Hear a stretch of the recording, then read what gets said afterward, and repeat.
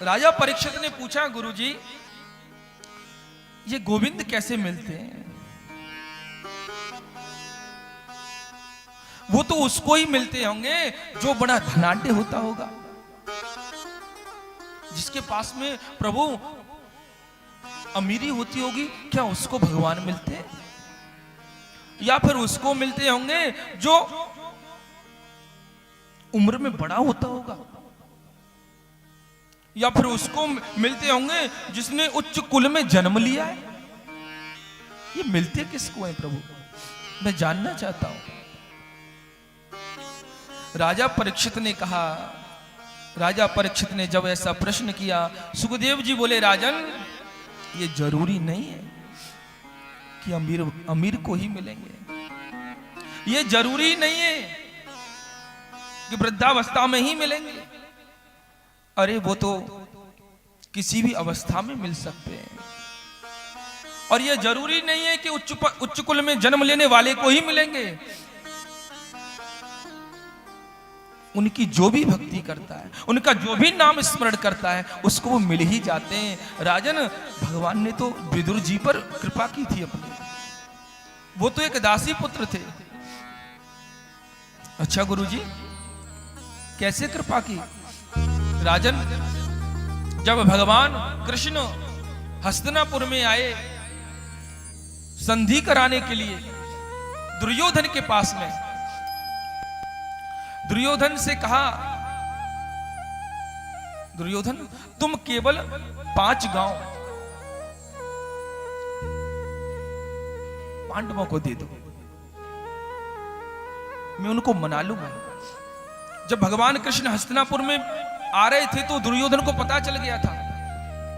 तो इसने क्या किया था कि भगवान के स्वागत के लिए बड़े सजावट करवा रखी है, फूलों की वृष्टि करवा रहा था। और इसने विदुर जी को अपने मंत्री पद से हटा था, अपने राज्यसभा से निकाल दिया था।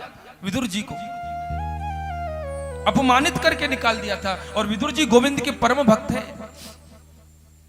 और जब भगवान हस्तिनापुर में प्रवेश कर रहे थे तो भगवान ये फूलों की वृष्टि, इन सब चीजों को नहीं देख रहे थे। वो तो ये देख रहे थे मेरा विदुर भक्त कहां है, विदुर कहां खड़ा हुआ है। और जैसे ही विदुर जी के ऊपर दृष्टि पड़ी, विदुर जी एकदम प्रसन्न हो गए। और जब आज दुर्योधन से कहा कि दुर्योधन तुम केवल 5 गांव पांडवों को दे दो, मैं उनको मना लूंगा, ये युद्ध जो है ये रुक जाएगा यहीं पर।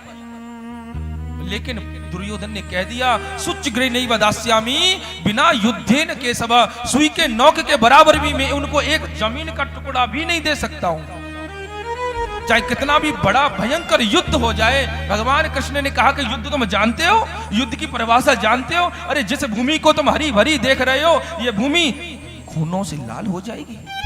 जितनी स्त्रियों को तुम देख रहे हो, इनकी मांग में जो सिंदूर देख रहे हो, ये विधवा हो जाएंगे, बच्चे अनाथ हो जाएंगे। युद्ध तुम जानते हो?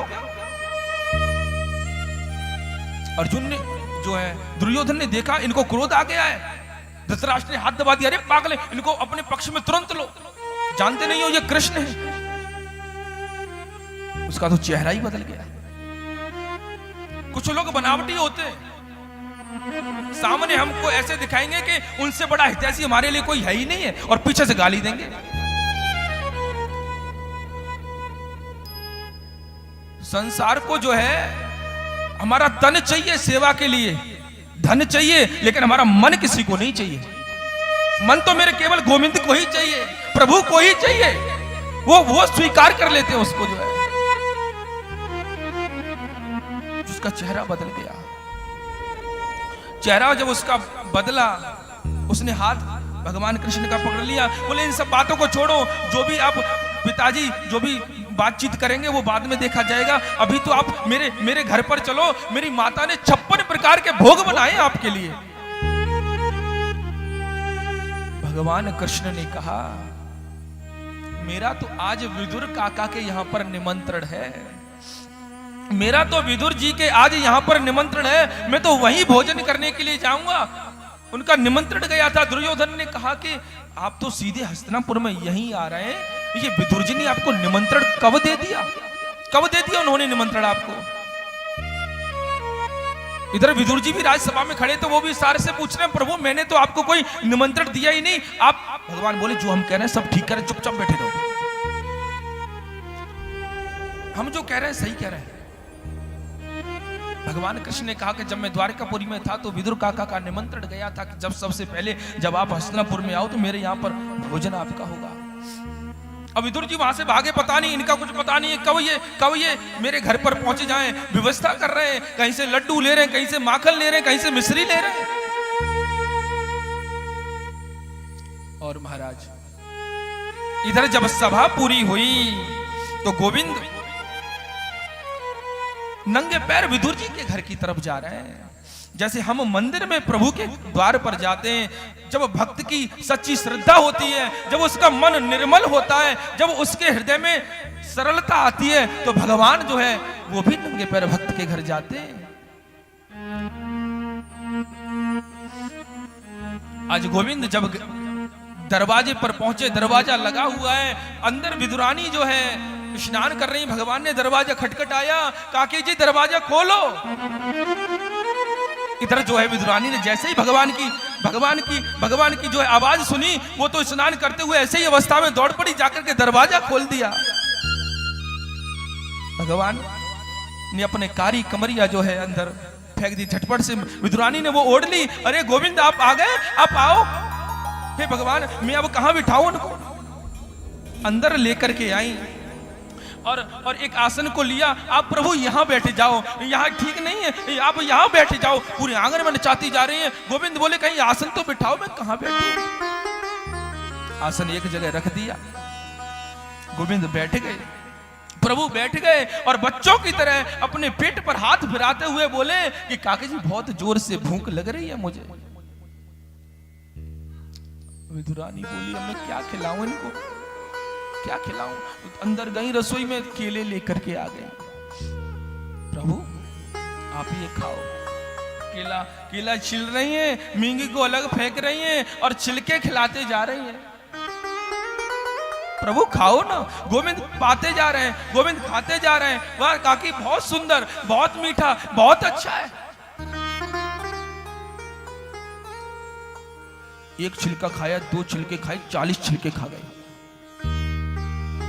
कुछ पता नहीं चल रहा है। यही तो भक्ति होती है, जब भक्त मैं क्या चढ़ा रहा हूं उनको ये तक भूल जाता है। उनके प्रेम में, उनकी भक्ति में, उनकी श्रद्धा में, उसी को गोविंद स्वीकार करते हैं, उसी को मेरे प्रभु स्वीकार करते हैं। इधर का जो है विदुर जी आ रहे हैं। विदुर जी ने दरवाजा खटखटाया, अरे देवी दरवाजा खोलो।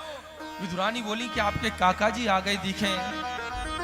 और महाराज जाकर के दरवाजा खटखटाया, काय को हल्ला मचा रहे हो? अरे देवी मैं आज क्या बताऊं तुमको, आज मेरा गोविंद ने इतना बड़ा स्वागत किया। मैंने तो उनको कभी निमंत्रण दिया ही नहीं, लेकिन उन्होंने आज मेरा इतना बड़ा सम्मान किया। उन्होंने भरी सभा में कहा कि आज मेरा विदुर काका के यहाँ पर निमंत्रण है।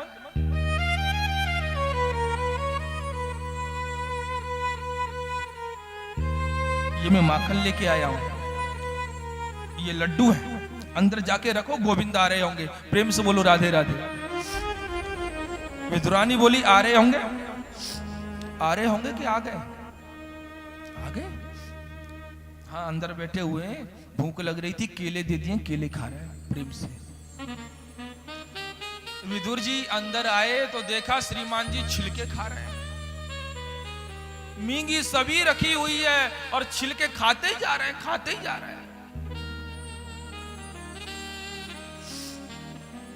विदुर जी ने कहा, रे देवी ये तुम क्या कर रही हो?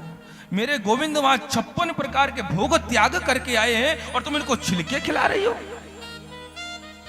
विदुरानी का ध्यान भंग हुआ। हे भगवान आप छिलके खा रहे थे? अरे बता तो देना चाहिए था आपको, बताए नहीं।